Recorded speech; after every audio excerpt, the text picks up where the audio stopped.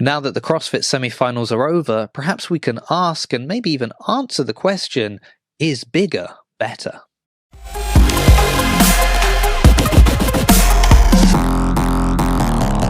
Yes, the CrossFit semi-finals have come and gone. People have earned their ticket to the CrossFit Games with more than a few surprises along the way. But focusing on what happened with the athletes, well, that is content for another day. For now, I'd like to focus on the big change that occurred between last year and this year with regards to the structure of the semi-finals themselves. Now, if we're unfamiliar with this, it was basically the combining of two events into one larger event. So, for example, in Europe, you had Strength in Depth and Lowland the previous year. Well, those two events were sort of combined into one European semi-final that was held in Berlin.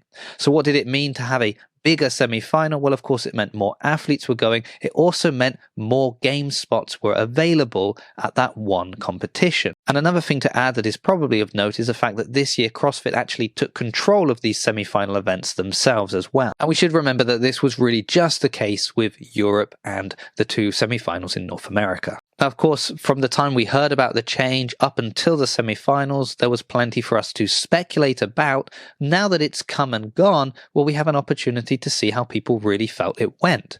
So in that regard, I put out a couple of questions on my Instagram at JasonCFmedia. Feel free to give that a follow if you like, just to try and get a general understanding of how people felt about the semi-finals this year.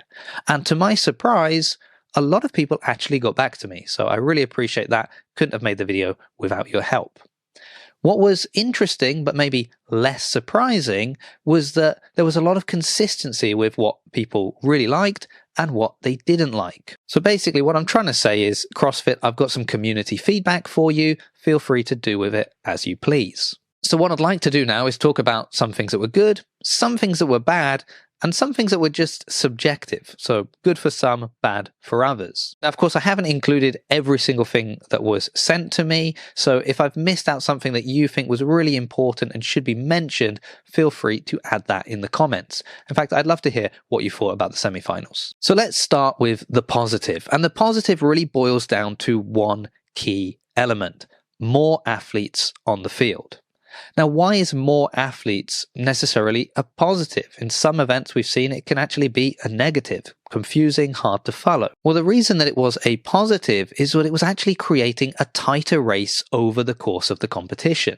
And when we talk about a tight race, not just the race for the podium, it was the race for those game spots. So because we had more athletes present and more spots available, it meant that there were wild swings for people to just need one or two more points that were going to push them into a qualifying spot. And what that meant is, while the final heat, of course, is going to always be the one that people pay the most attention to, but the heats just before were equally important for many people, because what happened in those heats could determine whether or not somebody earned a ticket to the CrossFit Games. And because we had to focus in on these earlier heats a lot more than before, it actually gave athletes a chance to be highlighted that previously would have been left in the shadows. And I imagine because of that extra focus these athletes got, many people at home watching semi-finals will have come away with some new names, some new athletes that they want to keep an eye on. They want to see how good they can become in the future. So that was probably the main positive. And of course, there are other good things that happened, but I wouldn't say they were necessarily a result of the change in structure of semi-finals. So what about the negatives? Of course, I couldn't ask about negatives without people mentioning judging. So was judging a problem? Well, of course, judging is always a problem. It's a problem at the CrossFit Games. It's a problem at semi-finals. It was nice to see the head judge prowling the field, particularly during the overhead squats portion, and just making sure that the judges are making the correct calls. But even then, people are still going to get away with bad reps. It's a thing that happens. I don't have a solution for you, but I'm going to mention it because enough people mentioned it when I asked the question. Another thing that people included as a negative that I found quite interesting, funny. It's a little gripe, but I really get it. And I'm going to refer to it as CrossFit vernacular. They didn't refer to it as that, but that's what I'm going to call it, because there are a couple of examples. And the two biggest ones that came up were test. People really didn't like having the workouts referred to as tests. And I can imagine if you didn't enjoy that, that was a long 3 weeks for you. And the other one that people mentioned that I found quite funny, and I kind of get this one, is world record. These are new tests. You've just run a select number of athletes through them. We don't have a worldwide leaderboard for semifinals because we take into account that there can be discrepancies between locations, and yet we have a world record, and we keep hearing that people got the world record. I think Laura Horvath's reaction to being 1 second off the world record maybe sums up how some of the athletes felt about it, but I can understand if you didn't like hearing that, you probably heard it quite a lot again over the course of 3 weeks. Although if that's your biggest problem with semifinals, then you probably had a good time. A few people mentioned a bit of confusion because of these larger semifinals and having more game spots available, but then it was different spots for different semifinals and discrepancies at times between men and women and how many spots they got. Well, we know that that is just a result of the worldwide ranking and the strength of field system and how spots are now allocated. So if you had trouble following that, annoying, but they did put that nice red cut line there, so at least that was helpful. So finally, the biggest negative that I heard about was, of course, the stream itself. Biggest issue with the stream, events 1 and 3 not being live streamed. Now, I didn't talk about why that was the case in the lead up to the first week of semifinals. Interestingly, the reasons behind it for week 1 probably wouldn't have applied in weeks 2 and 3. So a little bit strange that that decision was made in the end. I initially kind of gave CrossFit a pass on that.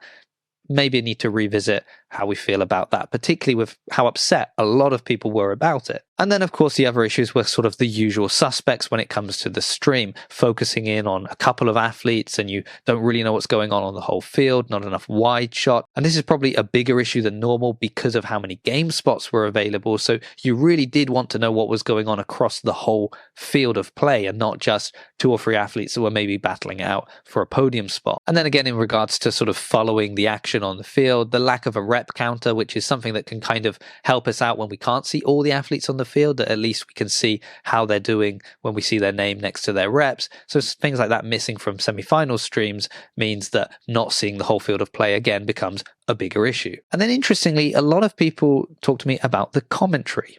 And it wasn't a criticism about the commentary itself, which in previous years I have heard a lot of criticisms about the commentary. Of course, not everyone was happy with it. It's never going to be everybody's cup of tea. Absolutely understandable.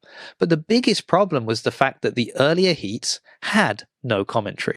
And it's understandable. You cannot expect a commentator to work from heat 1 to heat 6 non-stop talking, especially if we want them to have interesting things to say about the athletes, that maybe they've had to go away, do a little bit of research, get to know the athlete better and their background and the other sports they've been involved in. That all takes time and energy. So we cannot expect them to work non-stop through all the heats. But at the same time, we want to see CrossFit growing as a sport. And that surely means there'll be more and more times where we need people ready, available to commentate, those with experience. So wouldn't those earlier heats just be an opportune time for CrossFit to be training up new voices in the sport so they have people ready to step in when needed, just in case the technology doesn't get to the point where they can clone Sean Woodland? And finally then, let's just leave with one that is a positive for some and a negative for others, and that was 3 weeks of standardized tests. So not whether or not they liked the specific programming themselves, and that again will be content for a future video, but just the fact that it was the same programming for 3 weeks. For some, that is the perfect solution. That is how you do a fair test and you get the right people to the CrossFit Games. And for others, by week 3, they were just bored. So I guess that just comes down to personal preference and how we view things. Is it a sport? Is it a test? Is it a game? And more importantly, was bigger better? Well, let me know in the comments.